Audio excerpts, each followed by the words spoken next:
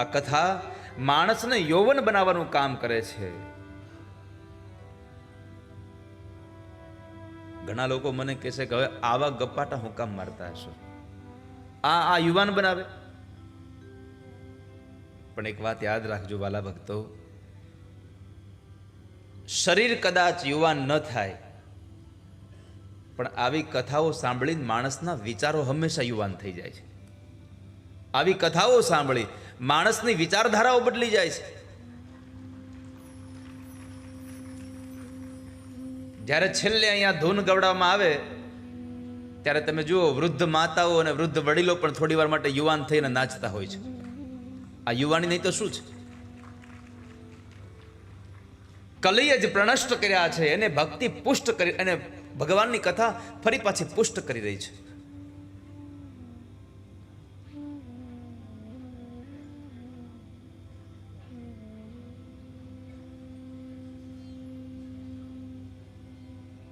તો ગઈકાલે કથાના વિશ્રામ સમયે ભક્તિએ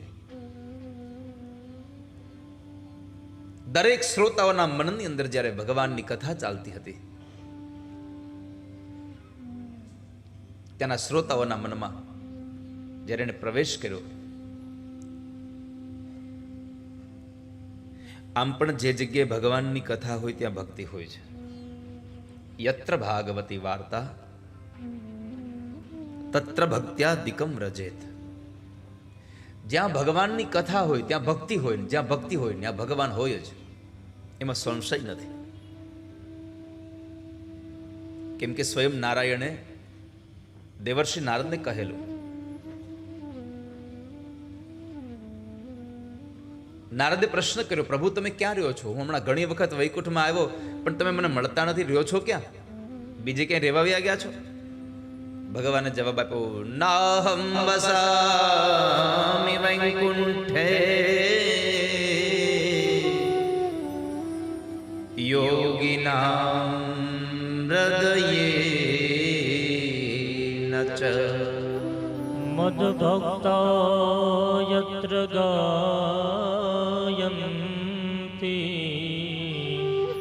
તત્ર તિષ્ઠામિ.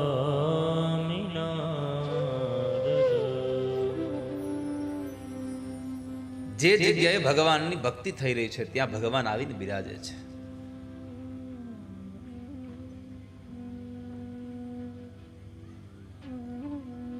જેના જીવનના જ્ઞાન અને વૈરાગ્ય સૂઈ ગયા છે, આળસ મરડી રહ્યા છે, એને સત્સંગમાં જવું જોઈએ.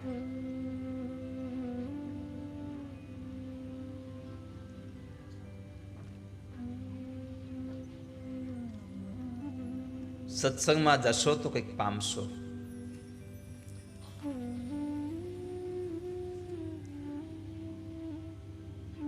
ઊંડાણે જશો તો કંઈક પામશો. કિનારે મોતી હાથ નહીં આવે. ભગવાનની ભક્તિમાં જરા ઊંડા ઉતરો, પ્રભુની કથામાં જરા આપ નીચે જાઓ.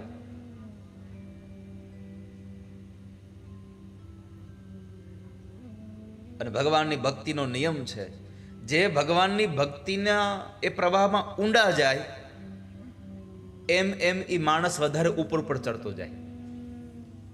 જેમ ભક્તિના પ્રવાહમાં ડૂબે છે માણસની, તમે વિચાર તો કરો, દરિયામાં માણસ તરવા જાય અને ડૂબાડે છે દરિયો. ભક્તિના પ્રવાહમાં માણસ ડૂબવા જાય અને તો એ ભક્તિનો પ્રવાહ વળી પાછો તારી દે છે.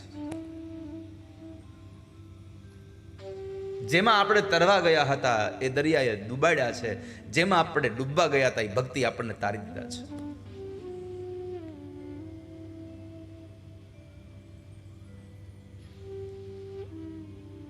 તો પરમાત્માનો સત્સંગ થાય તો જ્ઞાન અને વૈરાગ્ય બંને જાગૃત થઈ જાય.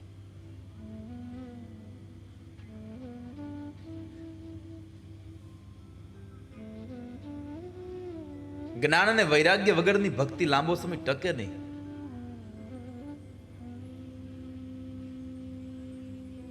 આ બંને એની સાથે જોઈએ છે.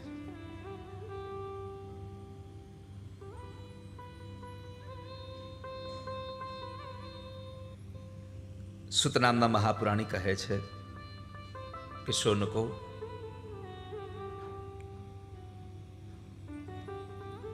સનત કુમારોએ નારદને કથા સંભળાવી.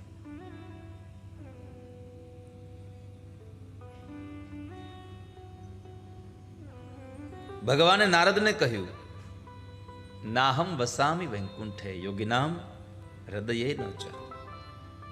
નારદ, ન તો હું વૈકુંઠમાં રહું છું, ન તો હું યોગીઓના હૃદયમાં રહું છું. નારદ કહે છે, તો ભગવાન તમે રહો છો ક્યાં? તો કયો? ભગવાને કહ્યું, મદ ભક્તા યત્ર ગાયંતી તત્ર તિષ્ઠામિ નારદ. હે નારદ, જે જગ્યાએ મારા ભક્તો મારા ગુણાનુવાદ ગાય છે એવી જગ્યાએ જઈ અને હું બિરાજમાન થાઉં છું. ત્યાં જઈ અને મારું સ્થાન લઉં છું. મદ ભક્તા યત્ર ગાયંતી.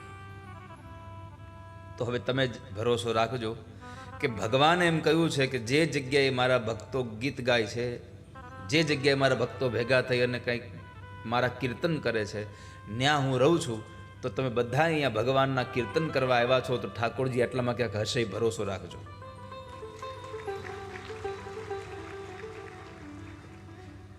દેખાતો નથી એટલે નથી એવું ન સમજશો.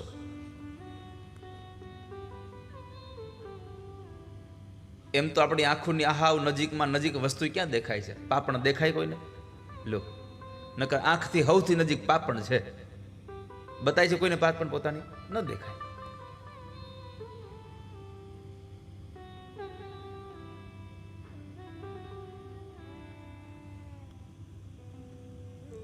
હે બાપજી, તમે એમ કહો છો કે આ કથા માણસને પવિત્ર બનાવનારી છે. આ કથા કોને કોને પવિત્ર કરે છે?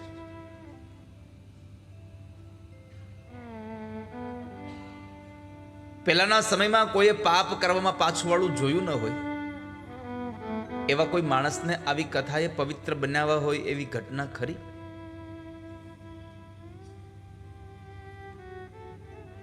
હા, સાંભળો, આ કથા કોને કોને પવિત્ર બનાવે?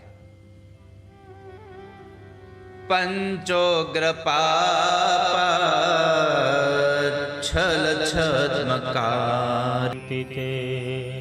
પંચોગ્ર પાપા છલ છદ્મકારી.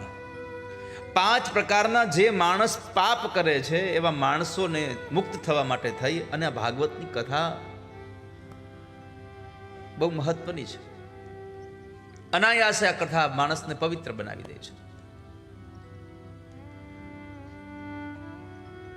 કોઈ માણસ ખાલી આમ ચાલતો જતો હોય અને આ ભાગવતના શબ્દો એના કાનમાં પડી જાય તો એનું જીવન ધન્ય કરી દે છે. તો જે માણસ ભાવથી આવીને કથાના મંડપમાં બેસીને કથાને સાંભળે એના જીવનની તો શું વાત જ કરવી પછી આપણે. અનાયાસેન, કોઈ પણ પ્રકારના શ્રમ વગર અનાયાસે ભગવાનની કથા ખાલી સંભળાઈ જાય, પરમાત્માનું નામ સંભળાઈ જાય તોય જીવન ધન્ય થઈ જતું હોય. તો 5 પ્રકારના પાપ કહ્યા છે. જે માણસ સપ્તાહથી પવિત્ર બને છે. કોણ 5? એક તો સૌથી પહેલું કહ્યું, બ્રાહ્મણના ધનથી પુષ્ટ થયો હોય, બ્રાહ્મણના પૈસાથી પુષ્ટ થયો હોય. બ્રાહ્મણ એટલે કોઈ જ્ઞાતિવાદ નથી, યાદ રાખજો.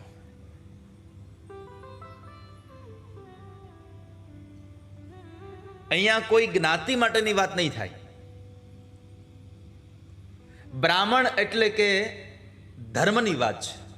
જેણે ધર્મને ટકાવવા માટે થઈ અને આ ગ્રંથોને જેણે ઊભા રાખ્યા છે, આ ગ્રંથોને જેણે પોતાના જીવનની અંદર રાખીને આ સંસારનું શ્રેય કરનારાઓ છે, જેનામાં ધર્મ પડ્યો છે. ધર્મનો પૈસો અધર્મની રીતે લઈ લેવો અને એવા પૈસાથી પુષ્ટ બનવું, એને પાપી કહ્યો છે. બ્રહ્મસ્વ પુષ્ટા વ્યભિચારિકારિણા.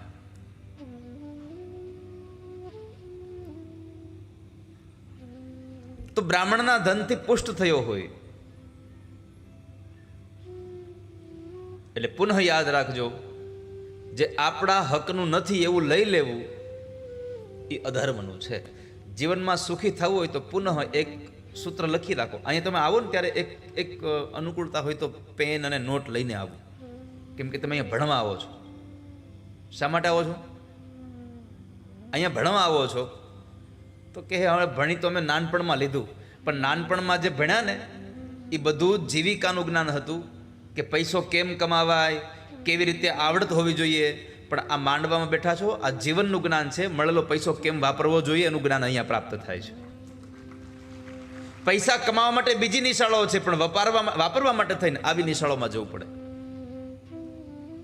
નકર પૈસો એકનો એક જ તમે કમાયા છો, પણ એ પૈસો જાય છે કેવા માર્ગ ઉપર એવી તમારી ગતિ બનાવે છે. તમે અથાગ પુરુષાર્થ કરીને પૈસા મેળવ્યા અને એ પૈસા તમે જો દારૂ પીવામાં, મસાલા ખાવામાં વાપરી નાખો તો તમારું જીવન બરબાદ થઈ જાય. અને એનો એ જ પૈસો આવા સત્કર્મમાં વાપરો તો તમારી પેઢીઓનું કલ્યાણ થઈ જાય. માટે જેને જીવનમાં સુખી થવું છે એ બે વાત યાદ રાખે, અને એ બે હ છે. કેટલા? બે હ યાદ રાખવાના.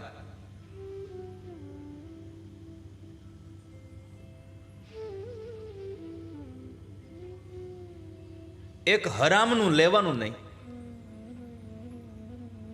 એટલે કે બીજાના હકનું હોય અને એ આપણે લઈ લઈએ તો દુઃખિત થવાના. એટલે કે બીજાના હકનું લેવું નહીં, અને એક જિંદગીમાં કોઈની હાય લેવી નહીં.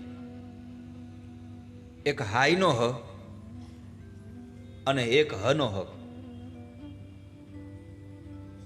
આ બે હ યાદ રાખો જીવનમાં, કે મારા હકનું છે તો હું લઈ શકું, મારા હકનું નથી છતાં મારી પાસે આવે છે તો એને જવા દઉં. આ બે હ યાદ રાખશો, જીવનમાં કોઈ દુઃખી નહીં થાવ.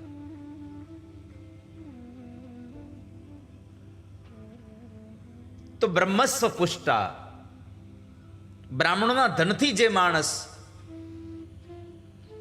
પુષ્ટ બન્યો હોય એ બીજું ક્રૂર સ્વભાવનો હોય. પિશાચ હોય અને જે પિશાચની વૃત્તિ હોય એવો પિશાચની સમાન વૃત્તિ વાળો હોય.